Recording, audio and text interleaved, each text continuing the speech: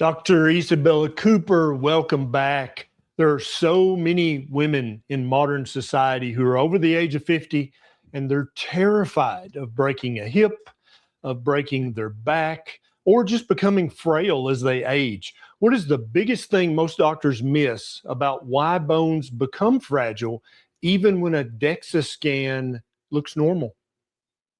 So, of course, the reliance on bone mineral density is the big flaw there. And the miss is the hyperinsulinemia. There's too much insulin that's been going on for years beforehand, which, of course, they don't detect because they only look at glucose, right? And so if you have a great looking HbA1c, HOMA IR is not too bad, the doctors basically say you're fine and dandy until an actual big event happens, which is not good. And you can have higher rates of fragility fractures with normal and high bone mineral density, as well as extra low bone mineral density. In actual fact, I would argue now, because of the way that they're doing the reference ranges, is that people have sort of shifted, the whole distribution curve has shifted to a slightly higher bone mineral density. So some women who are diagnosed with osteopenia probably are not actually osteopenic, and so then they're being drugged and treated incorrectly. Unfortunately, we have, more of the population, and in America, it's really quantified from the NHANES studies that more than 80% of the population, I think it's actually now something like 88% of the population, are hyperinsulinemic or on that spectrum. And hyperinsulinemia actually drives higher bone mineral density. So you end up with this problem where the doctors say, oh, there's nothing wrong with your bones, when in actual fact, having this higher bone mineral density, I know it sounds really good to have a high bone mineral density. And in certain contexts, that can be true. But unfortunately, in the context of hyperinsulinemia, measured by many sequential evenings of low ketones, that's really a great way to determine if you actually are on that spectrum. Driving this higher bone mineral density. It's a type of bone mineral density that lacks ductility. It lacks torsion strength. So basically, it's very brittle. And so statistically speaking, you end up with this higher bone mineral density with the same fracture risk rate as severe osteoporosis.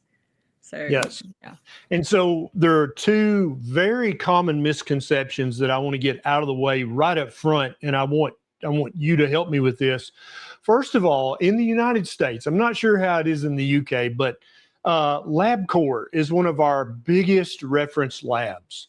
And if you order a fasting insulin or a serum insulin and you get that back, on it, the normal range, Dr. Cooper, you're going to love this, is 0 to 24.9. Now, first of all, what does a insulin level of 0 mean? Is that normal? No, that would be type 1 diabetes. Exactly. I just checked this morning just to make sure they haven't updated it, because it's hilarious. It's like, what is wrong with you? So number one, if your serum insulin is 0, you have type 1 diabetes. You need to see your doctor immediately. Number two, what do you consider the upper limit of normal? I know here in the U.S., the National Institutes of Health actually have in their documents that insulin above 10, they consider it hyperinsulinemia. Do you go with that same cutoff? Absolutely. I would even lower it even more than that. So I would say that once 6 and under would be the optimum. I know that some can be hovering at 7, 8. Yes, I would say under 10 is acceptable. The closer to 5 you get, the better. Now, the second misconception is, and a lot of people have seen the internet memes that basically the Fosamax and the Boniva and the Actonil companies are the ones that came up with the entire concept of osteopenia and osteoporosis. They're also the ones behind having a DEXA scanner in every doctor's office in every hospital. This is true. But your bone strength is still very, very important. But what the DEXA scan actually measures is bone density. It has actually nothing to do with bone strength. Yeah. Go into that. Help women understand that. Yeah, so your bones are not just made up of calcium like a piece of chalk. If you all remember that we would have these boxes of chalk, and if we dropped them, they would just crack and break everywhere. And our bones are not like that. And so our bones are actually filled with collagen and lots of kinds of osteogenic peptides. And so these peptides are growth peptides, basically. So the bones are about 10 to 12 kilograms of your body weight in an adult body, which is a lot. And there's very particular types of collagen that are inside, but there's another form of protein called osteocalcin, even more so, which constitutes the largest amount of, it's actually the 10th most, it's the 10th protein in the body, the richest protein, 10th. So that's a huge amount there. Yeah, that's a lot. Yeah, a lot. And the collagen amount, obviously, it comprises a large majority of the bone as well. And so the bones, their structure, they're not this inanimate kind of mineral complex at all. It's very living, very dynamic. In actual fact, the major bone cells that are inside are called osteocytes. So if you go into the research literature, it's always about osteoblasts and osteoclasts. When actually they're such a tiny fraction of what bones are. Osteocytes, there's about 42 billion of them. Okay, that's how much in an adult body, 42 billion. And they have a half-life of about 25 years when they're kept well. So they're very long-lived. And they kind of look like neurons with lots of connections poking out of them. They should have at least 50 to 100 of these, but they're called dendrites, these connections there, and they have to touch other osteocytes. And to the point that if they have less than 50 connections with other osteocytes, they die. So they suffer social isolation harm, just like us humans. Yeah. And so if you kind of picture the bones, think of Swiss cheese, think of those tubes and those holes, and kind of like Tom and Jerry that would run through inside of them. The osteocytes live in these holes, they're called lacuna canaliculi, LCM. So there's different. You're bringing back days of gross anatomy and microanatomy from medical school. Yes. Yeah. And these Swiss cheese holes in your bones, these lacuna canaliculi, they're very, very important. So it's really interesting. These osteocytes, they are on the one side constantly making bone, but on the other side constantly preventing their habitat from being mineralized at the same time. So they're doing both these jobs at the same time. They're also regulating the osteoblasts becoming osteocytes and regulating whether the osteoclasts should become, whether the monocytes should become osteoclasts, or preventing them to become osteoclasts to resorb, which means to break down bone. So these osteocytes, I mean, they're kind of master regulators, and they're not just sitting there just making bone and preventing the resorption of bone. They make all of these bone peptides, and I think it's a buzzword these days, peptides. Yeah. Right. I do want to put a caveat there. When everyone goes, I get asked this a lot. What do you think about peptides? Right. And I sit there and I look at them, because everyone just thinks, peptides good. Let's just inject them into ourselves left, right, and center. And I keep saying to people, that insulin is a peptide. Right. And so is IGF-1. And if you start injecting yourself with that, that's not going to be a good thing. So that's right. That's right. Not all peptides are something you want to be shooting yourself up with or even eating loads of. And so, of course, insulin is life essential. So, peptides, they have a role, they are important in the right context, and you need to know your risk factors, because if you have a risk for cancer and you use some a particular type of peptide that might over trigger mTOR, that's not going to be good for you. So you need to be a little bit more cautious and know you would need to know a bit more of your blood biochemistry to know what your risk factors are before you just go rushing out and dosing up on peptides that everyone's raving about. I know it's super popular right now. Now you've explained to us before, and we've got an entire hour that we did a month or two ago, and I'll link to that in the show notes. If any woman or man is concerned about keeping their bones strong and not breaking a bone, I would highly recommend watching the previous hour and this hour as well. Now, you've explained to us before that hyperinsulinemia harms the osteoblasts and the osteocytes that produce the osteocalcin. Can you walk us through exactly how keeping insulin low by eating a low carbohydrate diet helps women maintain stronger bones as they get older? Yeah. So the osteoblasts, in order for them, so you have actually pre-osteoblasts, and then you have osteoblasts that will become osteocytes. And in order to become osteocytes, they need to be burning fatty acids. That's what drives that whole process. So of course, if your insulin levels are high, you're going to actually be inhibiting the burning of fatty acids. And osteoblasts and osteocytes, they love burning fatty acids. That's their primary fuel source of preference, not ketones, fatty acids. And those triglycerides that need to be delivered to those cells, in particular the osteocytes, they actually travel via either chylomicron remnants or lipoproteins, the dreaded word lipoproteins. Yes. And they dock onto these receptors that are called lipoprotein-like related receptor 1.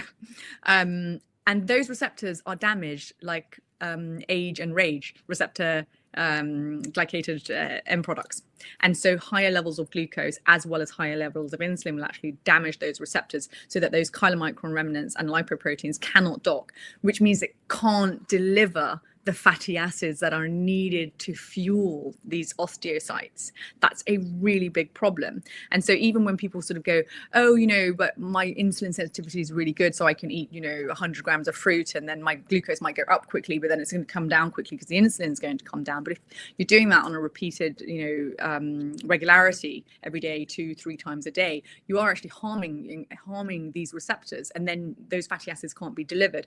Not only can those fatty acids not be delivered, but the osteocytes require vitamin D and K2 to function as well. They really require it. In actual fact, if they don't get the K2, then the osteocalcin cannot stay in the bones. And osteocalcin, the large majority is supposed to stay in the bones, with a small pulsatile amount that's released both in its carboxylated and uncarboxylated form. So it's like T3. You want to have a healthy low T3. I know a lot of doctors will say low T3 is hypothyroidism, and that would be true if you have high insulin levels. But in the low insulin setting, the high euketonemia, so good levels of ketone setting, a low T3 is actually really healthy. So a low insulin level is really healthy when you have, decent blood glucose levels, the same way. So osteocalcin is the same. Even though we're going to talk about osteocalcin and we know how good it is, you actually don't want to see loads of it in your bloodstream. And what you'll actually see in general pathophysiology is at the healthy level, you'll see low osteocalcin in both carboxylated and uncarboxylated in the bloodstream. And as you eat more carbohydrates, insulin goes higher. When you go through this sort of common population phase, where your glucose stays looking normal because insulin's compensating, keeping you have euglycemia, your osteocalcin goes higher. And that's actually been shown to be associated with increased higher blood pressure and pulse rate. And then when you've stayed there too long, so you've lived the life of constantly insulin's keeping your glucose or your euglycemia looking good, eventually your osteocalcin drops off and you start having the low again. But it's not the same low as the healthy euketonemia low, because at this point you basically harmed the cells making the osteocalcin and dumped a whole load out of the body as well. And so there's a lot of long-term consequences that we can discuss and that are so important, that help you understand how you end up developing chronic kidney disease and all these other problems, and aortic stenosis. So the osteocalcin that's made, it requires this ability to burn fatty acids, the osteocytes to burn it. And so I've just explained, if you damage the receptor, that gets the chylomicron remnants and the LDL, then they're not going to get the fatty acids and not going to get the vitamin D. They're not going to get the K2 either. Now, also remember, if you eat a high fiber diet, you are stripping out those LDLs. You are because you're stripping out cholesterol. So you're stripping, you're lowering your LDLs, you know, because everyone's telling you, you know, you should have a lower LDL, which I don't agree with. And so by always being told to eat high fiber diets and high seed oils, as in, you know, sunflower seed oil, canola oil, the flaxseed oil, which flaxseed and olive oil, which are touted as superfoods, they will lower your cholesterol and by default, therefore, lower your LDL. Again, think about it. I've just said LDL needs to deliver the triglycerides and the fat soluble vitamins to your osteocytes in order for them to thrive. So, you know, having this sort of modern day, you know, spinach and kale shakes with flax seeds and chia seeds, it's a big no-no for your bones, essentially. Now, so let me get this straight. You're telling our viewers that your research shows clearly that eating healthy foods like whole grain bread and fruit juice smoothies and lots of whole wheat pasta, that's going to spike your blood sugar and spike your insulin, and also a high fiber diet that would lower your LDL cholesterol, that's actually bad for women's bones. Bad for women's bones, bad for men's bones too, but yes, bad for women's bones. Interesting. Now, the back to the osteocalcin. It has such a short half-life. It's only like 5 minutes. Yeah. How does this hormone released from our bones independently increase muscle glucose intake and actually make insulin work better in the muscles? Yeah, it's quite amazing, actually. So osteocalcin, it has this little 5-minute pulsatile, and it actually matches insulin's 5-minute pulsatile rhythm. Interesting. Yeah. And it actually causes muscle cells to take up glucose independently of insulin, which is great, right? I mean, you know, of course we can't have a situation of no insulin, but we know in type 1 diabetics, they actually don't produce healthy bones when they're in the very extremely low to no insulin setting. So if you don't produce healthy bones, you're not going to produce osteocalcin. We really can't demonstrate an effect of a human body lacking in insulin, but with osteocalcin. It just doesn't exist, and we can't test that. We know an ethical way to do that. But what we do know with cell stimulation and animal models is that osteocalcin, when applied to the bones, will actually take up glucose independent of insulin. And with the presence of insulin, it will take up more glucose with less insulin. So that's great, because it means more is being done with less in terms of insulin. So where I always talk about hyperinsulinemia, when you want to live a healthy life, essentially what you really want is to live a life that keeps your insulin demand low and therefore your insulin exposure low. So then you're hitting that sweet spot, and that sweet spot is slightly different for different people. And so osteocalcin improves that, because osteocalcin does these other things too. So both in muscle cells and in adipocytes, in both, it stimulates mitochondrial biogenesis. That's fantastic. More mitochondria, new baby, fresh mitochondria.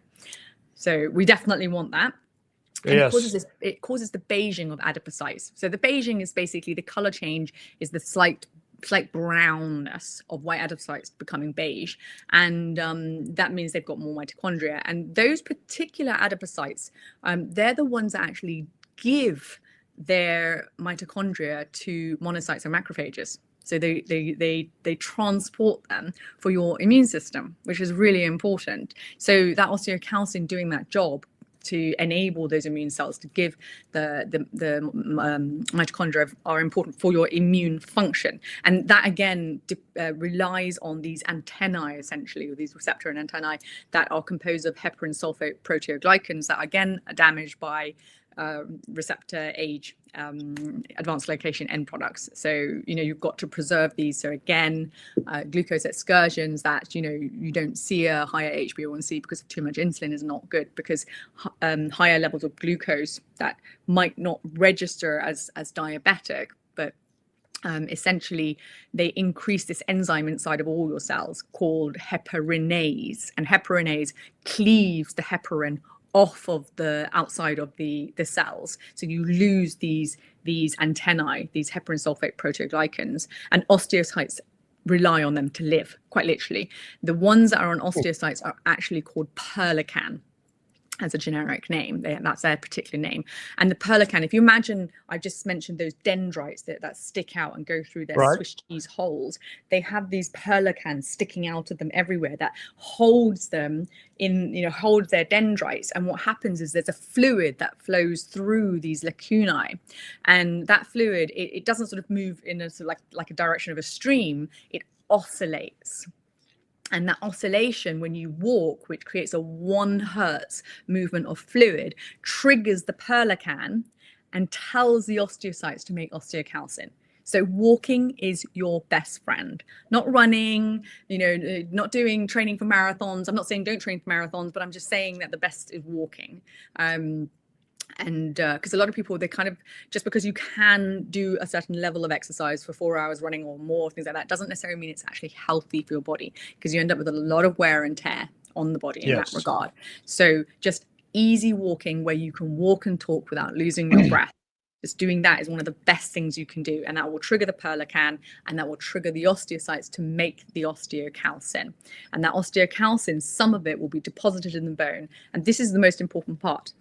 It's the osteocalcin that dictates the alignment of hydroxyapatite. So some people are starting to become familiar with the hydroxyapatite because of toothpaste, because your teeth are made up of hydroxyapatite as well. And so hydroxyapatite, it has to, if anyone's growing crystals when they're children, and they're sort of growing in all these different shards, and so if you bash it, it'll just like completely smash completely. But if you have a beautiful solid crystal that's really aligned straight, you can try to bash it, you might be able to like mark it a little bit, but it's not going to crack. It's very, very strong. And osteocalcin in its carboxylated form, which means it needs K2 to be carboxylated, it will attach calcium and hydroxyapatite to itself and make the hydroxyapatite form into those really strong, solid sort of, let's say, ropes of steel effectively through your bone. And that's what gives it that torsion, tensile, ductility. So, in that aspect, it almost becomes, it doesn't matter whether you've got slightly lower bone mineral density or slightly higher, so long as you've got that torsion, tensile, ductility. And that's dictated by the osteocalcin being made and then being carboxylated and then staying inside of the bones, because there are other things that can force that osteocalcin, that carboxylated form, into the bloodstream. Now, the osteocytes will actually release a small amount of it, this pulsatile amount. But in settings where you have acute stress, so that can be an event in your life that's really, really stressful, or just staying up really late and only sleeping 3 hours a night, or taking glucocorticoids, then it's going to stimulate what's called the acute stress response in the osteocytes. And what that's going to do with the osteocytes is actually it's going to cause the osteocalcin to be rapidly released into the bloodstream. So you get a lot more in your bloodstream. And what this is actually going to do is actually it's going to increase your heart rate and decrease your stomach acidity. And if you do this on a chronic setting, you'll end up with hypochlorhydria. That's going to lead you to a stream of problems that I keep going on about. And hypochlorhydria means that you're not going to produce bile. You're not going to then absorb that bile, and that's got the cholesterol that you need. So this is a really vicious cycle. But essentially, the osteocalcin, as I said, it's so important for the ductility of your bone, and that's the most important. And you cannot measure that with a DEXA scan. And short of a biopsy, which I don't recommend, you can't measure. They're painful. Yeah, exactly. Yeah. And so you need to understand these different ways of understanding your overall health, which will be telling you more about your bones. And you can measure bone turnover and bone making molecules too. So that's CTX and I always forget the other one, which is N1, I think it's N1PP. And CTX is for bone breaking, and N1PP is for bone making. But even still, you really want to know your hyperinsulinemia state, because that, more than anything else, is actually going to be dictating whether you're renewing and making. So about 10% of your bones are actually renewed every year. So that's a turnover, and that's what you do want. You do want turnover, because bone is, as I said, it's dynamic. It's there not just to be a scaffold. I mean, it's literally everywhere in our body. It's a massive endocrine network. It's actually the largest connective network, signaling network in the body, the largest. Yep. And I want to dig into that, because I think so many people and many doctors, their current paradigm is that your bones are just scaffolding, maybe like the 2x4s in the wall of your house. It just holds you up, basically. And that's completely false. But before we dig into that, I want to tell everybody watching this on YouTube, this is being filmed live in front of our PhD community. Thousands of people from all over the world have joined this tribe to improve their metabolic health. And they're able to ask questions of leading authorities like Dr. Isabella Cooper. And so we may take a question or two, Doc, if I see some in the comments. But if you'd like the opportunity to have immediate access to experts like Dr. Cooper and to ask them your questions, then consider joining the PhD community. There's a link down in the show notes. Now, back to this, bones are just scaffolding. This is completely false. I love how you describe them as a super powerful endocrine organ, very active endocrine organ. What are the most surprising ways that osteocalcin not just affects bone health and strength, but affects metabolism, brain health, serotonin, dopamine, and even mood for women over 50? Oh my gosh. Oh my God. It's just, when I started studying and discovered osteocalcin, I was just like blown away. And it made me think of a lot of things with regards to traditional diets, like the Inuit making their bone broths. And, you'll see even in the equator, there's a lot of sort of traditional diets around the concept of bone broth and cartilage broth, things like that. And, I'm half Hong Kong Chinese, where when you have a baby, you basically live off bone broth for 40 days after you've had a baby. And when you start to understand basically what humans who are just observing and documenting 1,000 years ago to 4,000 years ago, they knew it. They saw these relationships, which we're only just figuring out now in our research. And, many times doctors and scientists, they'll see that, this tribe did this thing for thousands of years. Like every postpartum woman gets bone broth for weeks, and they'll chalk that up to almost a childish cultural practice, like, they believe that like treats like, and that there's no scientific basis to that. That's just an old wives' tale. But what people need to understand, and I think you're right? But what people need to understand is that humanity, going through living for the last 250,000 years, has been the longest controlled experiment in human existence. And so they learned the hard way through trial and error that if you don't do these things, you will suffer and you will die prematurely. And your children will suffer and die prematurely. And so anytime you hear a doctor say, that doesn't matter, it doesn't matter what, your great grandmother told you to do, that's just, silly, superstition. Very often that's literally the state of the art, and you should probably listen to your great grandmother. So true. Yeah, it's amazing. So osteocalcin, of course there's not a difference, but there's osteocalcin that we release a little bit each 5 minutes from our bones, made by the osteocytes, and then there's osteocalcin that we can consume from bone broth. And there is osteocalcin in breast milk. There is no osteocalcin in formula, unfortunately. And this is very important. And they don't add that. So far, I haven't seen it. No.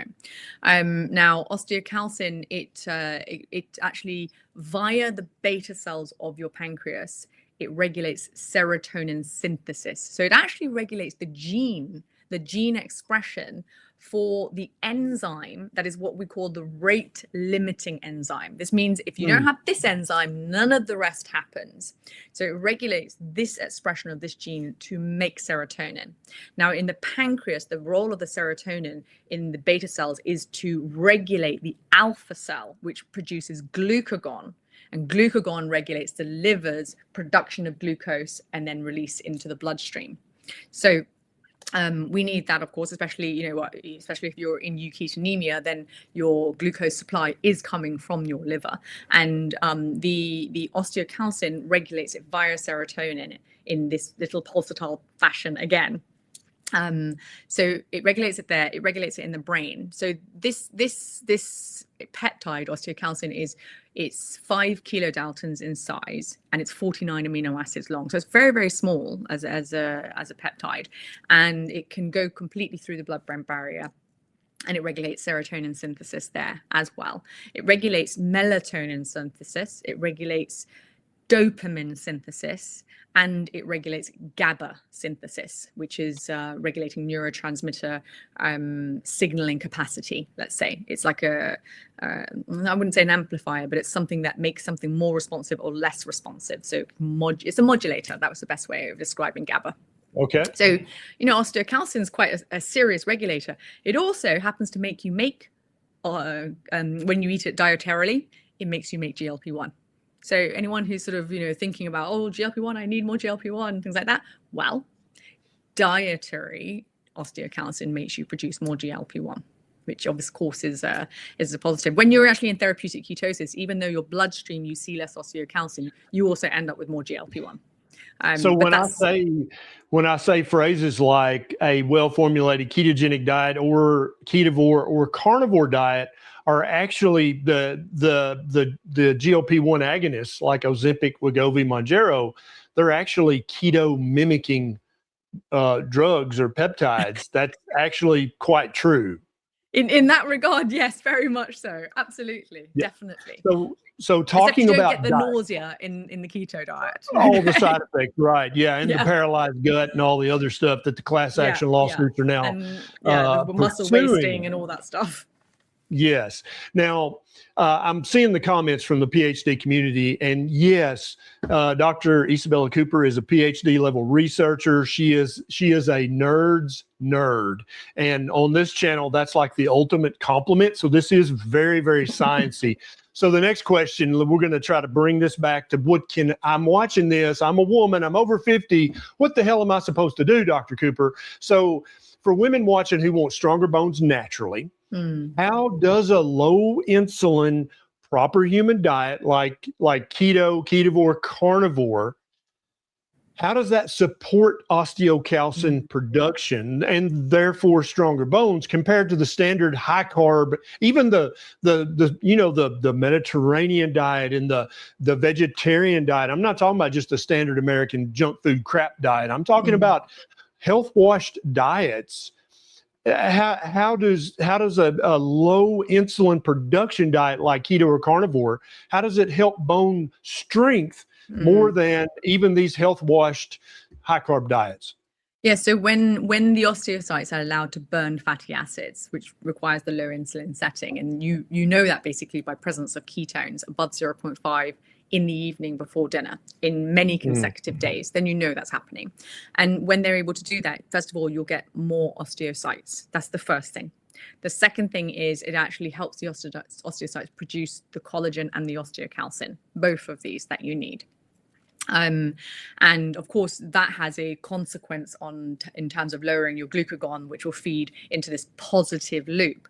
When you maintain osteocytes, giving them essentially the fuel that they need, the triglycerides, as well as the fat-soluble vitamins coming from the lipoproteins and chylomicrons, they are actually in charge of preventing the osteoclast from breaking down your bone in the bad way. right? So osteocalcinogenesis, and then excessively breaking down bone in the bad way. And so because you have two different types of styles of breaking down your bone. Like when you're fasting, you're going to actually break down some bone, but that's actually really good because it's kind of like remodeling your house. You'll break down some old dodgy walls and replace them with good, cement and bricks and things like that. And let me just say, that's a very important point, because a lot of people hear, oh, if you fast, you'll break down, your osteoclasts will break down bone. But here's the key concept, and I want you as a PhD researcher to verify this if I'm correct. Your body, and I'm talking to you, the viewer, who thinks that your body hates you. Your body is not an idiot. Your body, if you fast, is not going to be like, well, let's just start breaking down this brand new, strong, healthy bone. Your body's not an idiot. It's going to break down the dodgy bone, as we say in the UK, or the crappy bone, as I would say here in Tennessee. It's going to break down the oldest, less viable bone structure first, because that's what needs to be broken down. Is that correct? That is so correct. Perfect. The body is it's actually, when you're in euketonemia, it's very good for selecting for the dodgy parts that need to be broken down, the dodgy proteins, so to speak. That includes, by the way, excess skin. So if you've lost lots of weight and you want to get saggy excess skin to go away, then being in ketosis, in euketonemia, and having some time restricted feeding, some fasting, not if you're obviously suffering extreme stress, that's another situation. But in general, if you're well enough to do some time restricted feeding as well, the body will catabolize and break down the excess skin, and that's collagen as well. And that will benefit your body. It's very restorative. The collagen itself does a whole bunch of things. And absolutely. Yeah. So and those are peptides. They well, first of all, it's a protein, but as your body goes through the process of breaking down the collagen, it becomes peptides, and different types of peptides with each breakdown. And so one of the things I would layer on top is to tell people, I know it can be considered inconvenient, but there's a reason for bone broth. And most people sort of defer more to meat broth and not bone broth, and they don't realize the importance. You can include the meat, of course, but the bones are that important that go into that broth. And what you want to do is you'd want to boil lots of bones with the white cartilagey bits at the end. With meat, if you want to have meat inside of it, for about a good 2 hours with let's say about 5 liters of water with the bones in there, with about a tablespoon of high quality salt. Boil it for about 2 hours, and it's ready for drinking. Now, at this point, a lot of people would go, okay, you're going to wait for that to go cold and go in the fridge, and it's a whole palaver, blah, blah, blah. But indigenous cultures don't do that. I grew up in, a very traditional Chinese mother. That pot just sat on the stove. And we boiled it at nighttime for 10 minutes, boiled it in the morning for 10 minutes, boiled it at nighttime for 10 minutes. And it just kept rolling, And every time we ate some meat, the next bit of bones went into it. And it just kept going, and we'd add some water and salt. I tell everybody in the PhD community that you need a 1 gallon, the brand name's a Ziploc bag here in the US, but a 1 gallon bag or 1 gallon container in your freezer. Every time you eat anything that contains a bone, whether it's beef, pork, chicken, fish, goat, lamb, I don't care, put every single bone in your bone bag in the freezer. And then when your bone bag's full, get out your big spaghetti pot, because you no longer make spaghetti because you're not dumb anymore. And that's your bone broth pot. And then you're going to keep, but your ancestors, they kept that pot simmering all the time, didn't they? Yeah, literally. And so we I mean, to put it in context, imagine I was living in Hong Kong, and in certain areas in Hong Kong there's like 98% humidity, and it's over 37 degrees Celsius, and things don't go rancid. You've boiled it for 10 minutes in the morning, and you've boiled it for 10 minutes in the evening. It's perfectly fine in between that time. And remember, you put salt in there, and remember, salt is antimicrobial as well. Of course. And so now. Go ahead, Isabella. Finish your thought. If you keep boiling these bones at 10 minutes in the morning, 10 minutes in the evening, you keep going. By the 5th day, you'll notice your broth will look milky white, and that's where your broth, you're getting all of those peptides, those bone peptides, collagen peptides. They're now fully coming out into the water, and they're not being damaged. It doesn't break down the actual peptide chains. It breaks down the tertiary structure, so it doesn't have this 3D tertiary structure. So then it's opened up completely, which is better for you for digestive reasons. then if you took out, for example, a I don't know, a chicken thigh bone, normally they're quite hard to break. You should be able to quite easily, with just index finger and thumb, just snap it. At that point, that bone can be thrown away. But that you should be getting it to that point, and then you really are getting the osteogenic bone peptides out of it. And those peptides, they're not the same as, people are going and buying hydrolyzed collagen. And hydrolyzed collagen, the collagen there are broken down to about sort of 20 amino acids on average, two amino acids up to 20, like that. A lot of them are more on the lower end, on the 2, 3, 4, 5 end.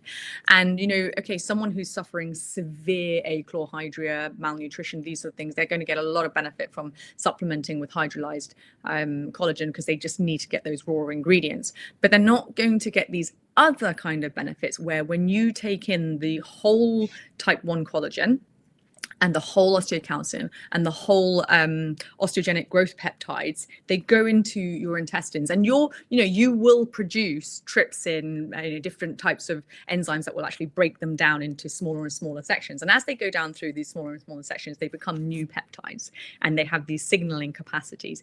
And it is fascinating what they become. So you have one of them. I've actually just kept some notes to make sure that I'm being really accurate. So first of all, PepiTem is one of them. It's a 14 amino acid peptide, and it boosts bone growth, right? So that's one of them.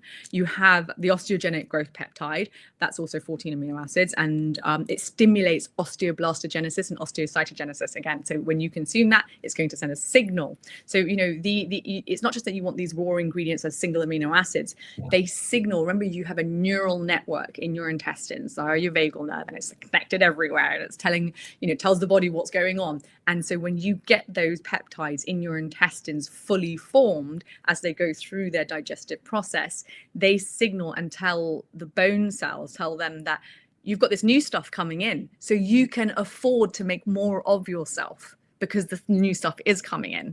So that's one of the aspects. The other is, when you digest collagen, you get these bioactive peptides that are sort of between 6 and 3 amino acids. And I'm just going to recite one of them: glycine, proline, methionine, glycine, proline, arginine, glycine. So that's a one code there. So when you go through the process of breaking down and you get these peptides, it's an angiotensin inhibitor. It's an ACE inhibitor, right? So it lowers blood pressure in those. Like a blood pressure medication, yes. Exactly. They also exhibit antioxidant behavior as well. So these bone peptides are just phenomenal. So, don't skip your bone broth, basically. It's medicine. When we're not well, and then our great grandmothers say chicken broth and bone broth, it literally is medicine. So they didn't mean Campbell's chicken noodle soup you buy at the supermarket. They meant actual bone broth. They did. Will help you get better. Yes. Yeah. Gotcha. And then in animal studies where I mentioned to you, about osteocalcin going through into the brain, and it's in breast milk.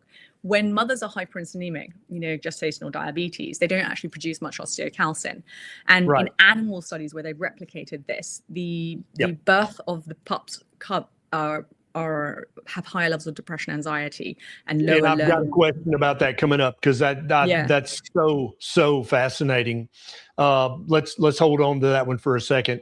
Now, when it comes to breaking a hip, the femoral neck, the neck of the hip bone, that fracture for many women over the age of 50, that's literally the beginning of the end. And I've seen this as a family doctor, been practicing for over 2 decades. When your grandmother, when she breaks that hip, the 5-year mortality after that is sky high. And so this conversation is so important. And you highlight femoral neck fractures as a major concern. Why do so many women with normal bone density still suffer these devastating femoral neck fractures? And what early warning signs should a woman who's 45 to 50, 55, what warning signs should she be looking for? So I notice they typically doctors will start to address thyroid. They'll be like, oh, you've got something wrong with your thyroid. A lot of women, so it's interesting, men will get acid reflux, GERD, but women typically don't suffer the symptom of acid reflux, GERD. So hypochlorhydria is actually a sign of hyperinsulinemia, and so, but women typically, they will often have this chronic cough reflex. So they start to eat and they'll start to have the chronic cough. That's one of the factors. So 50% of people, acid reflux, and the rest are going to be a combination of this laryngeal, pharyngeal cough reflex when they started eating. The best remedy for that, of course, don't eat things that would actually trigger. So, fiber and those sort of things, but also begin your meal with a tablespoon of butter. That's actually one of the really good things, because that will actually help start producing acid and close the lower esophageal sphincter. So that's one of the other signs as well. And so, of course, I always say, if you can test your ketones in the evening for many consecutive days, if it's below 0.5 your ketones, then you are running your insulin too high for you. So maybe you've gone and checked your insulin level, and actually it was 7, and you're thinking, well, look, I'm under 10, it's great.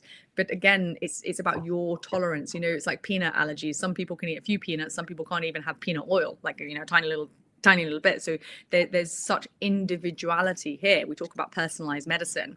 And so knowing whether you're in euketonemia will then determine whether your insulin's too high. And it's the insulin that's driving, it can drive both, in some women, very low bone mineral density, but more often than not nowadays, a normal bone mineral density and upwards, unfortunately. And also because, remember, when we start hitting that age, a lot of women, unfortunately, they're going through menopause earlier than they should be. Yes. Because running higher levels of insulin in your early years will it's aging you. That's literally what it does. Yep. It ages you. And it makes the symptoms more severe, and you start the menopausal process sometimes a decade sooner if you're chronically hyperinsulinemic, correct? Yes. And then, so that's going to, we've discussed all the things about bone formation and bone health, but that's also going to affect your testosterone, because that is playing a role in there, the need for testosterone. And testosterone is not a male hormone. Testosterone is a human hormone. Yes. And in actual fact, if you look at we shouldn't compare adult women with women who are, young women who are in puberty, which we would put the cutoff at 25. So let's ignore that group, because they're a special group in and on themselves. They have higher levels of insulin in order to get through maturity and be able to be reproductive. So let's look at 30-year-old women. They often have anywhere between, they can have up to 10 times more testosterone than estrogen. And that's really, really healthy. And I know a lot of people are going, yeah, but then you've got hyperandrogenism, and then you've got PCOS. And, no, there's high testosterone with low SHBG and high insulin. Yep. Then you've got PCOS, which is actually renamed now. I can't remember the acronym, but it's basically to do with polyendocrine metabolic ovarian syndrome. And but you've got high testosterone, so high testosterone bound to SHBG, which makes it a different animal, basically. And it's not, most physicians, they think of SHBG as just this sort of binder, this protein that comes from the liver that makes testosterone inactive. It doesn't. All cells that have any testosterone and estrogen receptors, so all cells that are responsive to androgens and sex hormones, they all have SHBG receptors as well, right? Every single one of them.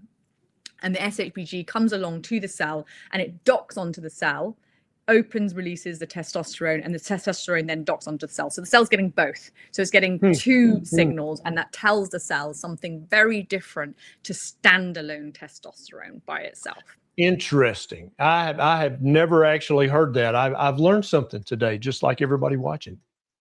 Yeah. So yeah, it's really fascinating. In actual fact, for prostate cancer and for breast cancer, but truth be told, it's actually a lot more other cancers, but just focusing on these two, low SHBG is very predictive for the risk of those cancers and worse outcomes if you have low SHBG. And that's because SHBG is a negative regulator. What that means is when there's more SHBG, there's less of that other thing. When there's low SHBG, there's more of that other thing. So it's a negative regulator of a gene regulator called CMYC that regulates more than 20 genes that basically are called oncogenes, and those are genes that facilitate cancer cells doing their thing to make themselves grow and survive and thrive. So, when you have low SHBG, you get high CMYC.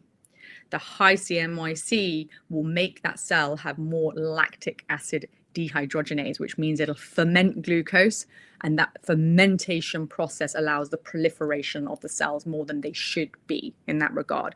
And then the SHBG, when you've got high SHBG, it makes this other molecule called BCL2 go low. That's really good, because when BCL2 is low, the cell can induce apoptosis if it's not healthy, so it can die. And you want that to be able to happen in not just cancer cells, but in unhealthy aged cells. Because when our organs age, it's because the sum of cruddy cells are sticking around, and those cells, they actually develop this phenotype called the senescence associated secretory phenotype, SASP. And when they get this aged phenotype, this SASP phenotype, they actually release a whole bunch of molecules to their neighbors and turn them into SASP cells as well. So this apoptosis capacity is really important. You want it to be able to be engaged. It's like you've got a building that's full of asbestos, it's really dodgy. You want to have controlled demolition to bring it down in order to be able to rebuild a brand new building in that space. And that's apoptosis that you need there. And BCL2 is a very important molecule that if you have too much BCL2, then the cell can't go through apoptosis. And SHBG, when it's low, you get too much BCL2. So when you raise SHBG, you get lowered BCL2, you can kicking apoptosis, which means you're enabling cells to renew, and you don't get this buildup of these SASP old cells that are dysfunctional and that end up making us age. And what's controlling SHBG? Insulin. So you want to keep that insulin low. Back to the insulin again. Back to the insulin. Back to the insulin. So now let's talk about maternal osteocalcin in breast milk, because I marketed this video to women over the age of 50. But every woman watching this, if you're a mother or a grandmother and you have a daughter or a granddaughter or a niece, they need to know what we're about to talk about. Okay. Yeah. This is so fascinating. So osteocalcin from a mother's bones affects the developing baby, and then osteocalcin in the breast milk, including, now you would think, oh, well, it probably helps the baby's bones. Well, yeah, but it also helps with anxiety, depression, learning difficulties. Walk us through this. You're saying that the osteocalcin from the bones of the mother through the breast milk to a developing baby actually can help the baby's mental health?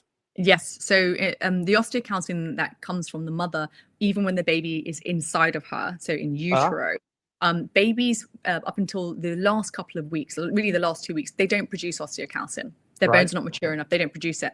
So the osteocalcin from the mother's bones actually go into the baby in utero. And it's not just for forming their bones, it's actually not to do with forming their bones. It goes into them, and it actually patterns their pancreas to be either high insulin producers or low insulin producers, because it's going to actually regulate their pancreas serotonin and glucagon as well. So of course, if the mother's producing lots of osteocalcin, that means that she's not got gestational diabetes as well. And that means the baby's not been exposed to all of this. But that osteocalcin is actually going to go into the baby and pass through the blood-brain barrier into the baby's brain. And it stimulates neurogenesis in utero. So before the baby is born, it's hippocampal neurogenesis, the making of new fresh neurons. And it actually inhibits in this phase apoptosis of those neurons so that they stay and take hold.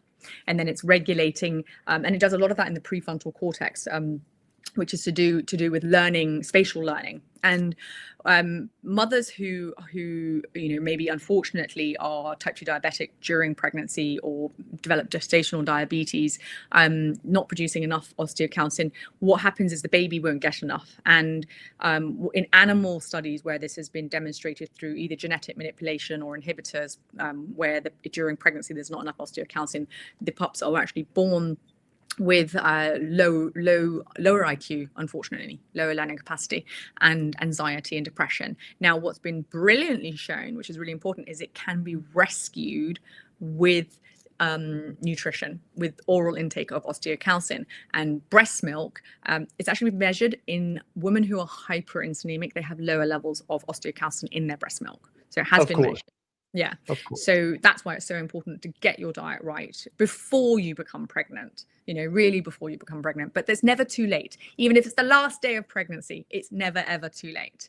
And of course, if the mother is consuming bone broth, she's getting in the extra osteocalcin too. So that's a great way to game it as well, to consume that bone broth and consume that osteocalcin. And so with babies getting osteocalcin from breast milk, that actually is going to be helping. It's been shown to recover the learning capacity and reduce the anxiety and depression. And I know it's only anecdotal to say this, but I've worked with, and you yourself have worked with, so many people who are carnivore or near carnivore based. And how many times have you heard carnivore babies just being happy, giggly, super duper curious? I mean, it's just unbelievable. I see it all the time. My own two, who were like that when they were little, they just, people used to say, your babies just don't cry. They're just happy and super inquisitive. Yes. And so there's something to be said about this. And I've seen this hundreds and hundreds of times, because obviously, we've got a 6.5-year-old and a 3.5-year-old, both of which have been anywhere from 70 to 99% carnivore, high fat carnivore, depending on the day. And everybody comments like, oh my God, they're so intelligent. They're so inquisitive. They're always kind of in a good mood. And we've heard this because young parents reach out to us. They're like, we really want to do what you're doing. Especially after the NBC article, the story, hundreds of young parents have joined the PhD community because they want those same things for their babies. And I've seen it's so drastic of a difference that I have made the prediction that I think in another 10 or 15 years, there will have to be special classes in public school for children whose families have fed them a real whole food, one ingredient, meat heavy ketogenic diet or ketovore or carnivore diet, because you'll be doing them a disservice putting them in with the other kids. They'll have to have their own class, or you'll just be holding them back, because these kids are so curious, so inquisitive, so just it's so easy for them to learn that it's not fair to the other kids. But I can't go into parents' house and make them eat right and feed their kids right. All I can do is just tell people what I think the truth is. But yes, I've seen this so many times. Now we've got a question from one of our PhD community members. Can I reverse osteopenia or even osteoporosis? Are these reversible conditions? Yeah. And if so, how? The bones are incredibly, as we said, dynamic. They're alive. They really are. So, your bones can rebuild and remodel. Absolutely. Of course, correct the diet. More than anything, correct the diet. And then if you happen to be on things like dexamethasone, prednisone, these are things that are harming your bones, breaking down your bones. So you need to come off of these. They're having a big problem. And then increase your stomach acidity. Do everything you can, which of course, again, first of all, stop eating the foods that are actually harming stomach acid production. But if you can increase your stomach acidity, it might mean taking some betaine HCl, which is really good. And that's actually not just good for stomach acid production. The betaine itself is really good for your liver for detoxifying of the end stage estrogen, which is 4-hydroxy estradiol, that can sort of mess up all your hormone regulation there. So if you manage to fix that, that's going to also improve your testosterone as well. So you 100% can fix it. And again, I would say consume bone broth. It actually contains those peptides in there that are bone stimulating, that will improve your bone health. And again, remember, bone health is not just, of course, we want to avoid fractures, but bone health, they're doing more than that. It's regulating your hormones, it's regulating your serotonin, melatonin, regulating your neurogenesis, your brain. You want to know your name when you're in your 80s and 90s. 100%. Yes. I want to be in the backyard kicking the football around with my great grandchildren when I'm 104. And I know that every mother and grandmother and aunt, they want to be around for decades because they have all this wisdom. And you can't pass that wisdom on if you have dementia and you broke a hip and now you're in the nursing home. Nobody wants to come visit you. Yeah, so in Chinese culture, it's actually uncommon to give water to very young developing children and even the elderly. You actually give them bone broth. That's the Yes. normal thing to do, is to give them bone broth, and it can be drunk cold as well. It's very pleasant to drink cold. So I really encourage people to really get into making bone broth, and salt makes it taste sweet. In actual fact, It's very tasty, very tasty. So let's wrap this up. What are the top? Let's just do the top 3 or 4 things, because I know you already were just touching on this, but let's really break it down for a woman who's 45 and older, or a woman who's 45 and older and has a 16, 17, 18-year-old daughter, granddaughter, niece. What should our lady who's watching this do? And then also turn right around and teach the younger generation of females in her family. What are the 3 to 5 things that she needs to stop doing immediately and start doing immediately? Okay, so I'll do it slightly in reverse, but eat fatty meat. Okay, eat fatty meat. Lead your meal with that. Right. So even if you go, well, I want to have a little bit of vegetables, I want to have a little bit, start with the fatty meat. And when I say, there's another thing is that I always say, there's no animal out there in the wild that calculates I'm 55 kilos, so I need how much protein, so I need to eat this much protein. Right. There's no animal that calculates how much protein it needs to eat. Okay. Yep, they all do it perfectly. Exactly. So what I say to people is, in general, when you take a fork and you take some meat, there should be at least 25% fat. 1/4 of that should be fat at least. If it can be more, that's better, but at least it's 20% fat. Now, if the meat is lean, dip it in some butter, take some cold butter with it, or make a béarnaise sauce, or get some fat next to it to increase that fat load with it. So really lead with that more than anything else. In terms of what to get rid of out of the diet, I mentioned some of them earlier, is the spinach, the kale. It's actually most of the vegetables, quite frankly, all of the vegetables. If you eat any kind of vegetables, it's just to get in more fat. It's just to carry more fat more than anything else. Now, I do often say to people who are not fully carnivore, it may not be the best to go straight into a carnivore diet, because some people, you get this bile overflow, and then once the bile overflow and your body's not used to absorbing that bile, then you just go into the runs constantly. So what I say to do is to sort of do a stepwise transition, to gradually move to the less harmful vegetables. So that's vegetables that aren't rich in non-digestible fiber, so the non-soluble, spinaches and kales again, and move towards the low oxalate, low lectin vegetables. So stay away from the aubergines that in America you call them eggplant. Stay away from zucchini, which we call courgettes, and stay away from mushrooms. Everyone's eating mushrooms. They're full of heavy metals and really not good for you. And they happen to be a type of food that attracts the bacteria that grow mycotoxins as well. So they're really not good for you. Okay.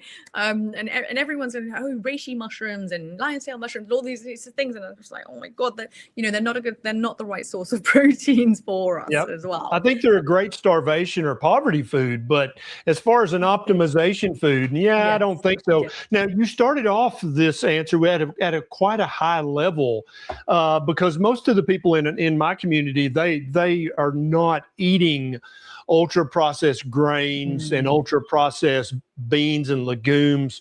Let's talk about, just for the general public who's not in any way dietary aware right now, what other than just spiking your blood sugar and spiking your insulin, what does that piece of bread or that roll or that English muffin, do you guys call them English muffins? Or I feel like that's an American thing. Yeah, I think that is an American thing.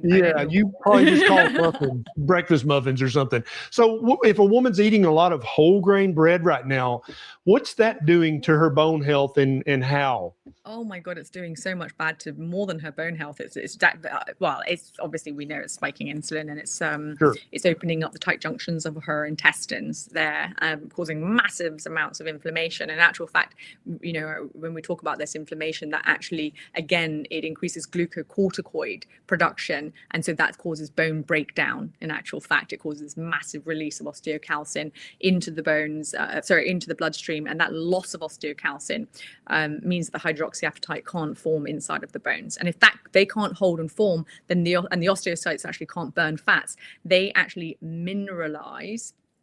So this has been tested, and the mineralization there is rich in magnesium. So then you've got magnesium stuck in the bones and not being out released correctly for your own needs, which drives more hyperinsulinemia. And so that bread, if you're having any kind of bread in the morning, because it's also full of lectins, which it's full of types of lectins that mimic insulin as well, but it's not mimicking insulin's glucose regulating effect. It's mimicking insulin's what's called PI3K, MAPK, which are the growth, proliferation, inflammation signaling. So those are not good. And most people start to hear about oxalates, which then tear mitochondria apart. Now, for osteoblasts to become osteocytes, they need nice long mitochondria with these cristae zigzags inside, and that's where they perform oxidative phosphorylation, which is the oxidation of fatty acids for fuel. And so if you're tearing mitochondria, fission, breaking them up, they can't actually do that. So then they're not going to change. The osteoblasts are not going to become osteocytes. And then if you don't have enough healthy osteocytes, they're not going to block the osteoclasts from breaking down the bone. So now you're going to get a lot more osteoclasts that are going to break down the bone, and then you end up with poorer bone health, whether it's low mineral density or higher mineral density. It's just really fragile. That's going to affect your mental health, because it's going to affect your serotonin, melatonin, and dopamine. So it will affect your mental health as well. I love that. So where can people find you, doctor, if they want to follow your work? And I'm hoping your answer to the question I'm about to ask you is yes. Where can people find you? And are you working on a book? So I have been asked a lot to work on a book, and it's in there. I've definitely got it in the head, and I do need to sit down and just sort of bang, write it all out. But truth be told, I'm working on publications of actual data and to get them out. But I do know that it would be very good to actually write. And there's certain books that I think that I would like to write, as in the book for the pregnant woman, or the postnatal. I'd like to write those books in actual fact, and incorporate many other things that I've actually studied that are interests of mine, such as potty training from birth, so that babies aren't exposed to endocrine disruptors inside of diapers, as you call them. It's actually one of my original projects. Actually, quite a bit of anthropological research that we've done that for thousands of years. That from day one there are actually signals your baby gives you when they're about to pee or poop, that if you know what to look for, you don't have to just wrap them in plastic from the first day of life. Exactly. I actually potty trained both my daughters from birth, and I didn't have to change poopy diapers or anything like that, and they give very clear signals. It was truly actually very easy, and it was very cost effective as well. Oh my God. You imagine not having to pay for diapers for 4 or 5 years of your child's life? Yeah. Wow. Dr. Cooper, every time you're on the channel, it gets even better and better. Thank you so much. Where can people find you if they want to follow you? So I do have an X account, which is at I_mitochondria, and a Facebook account, which I can't remember. I think it's at Bella Mitochondria. I'm really terrible with social media. So she's busy actually doing work instead of posting about her work. Yes. Exactly. If it is because I have a work email, but if it is specifically for anything to do with medical issues, then it would be drcooper@bellamitochondria.com. And then, I try my best to answer people and help them with things. But yeah, I am a little bit I live in a cave. So doing that. A lab, to be precise, but yes. Yes. Thank you so much, Dr. Cooper. We'll have to go for around 4 or 5. I don't know how many times you've been here, but there's so much more to talk about. Thank you so much. Thank you.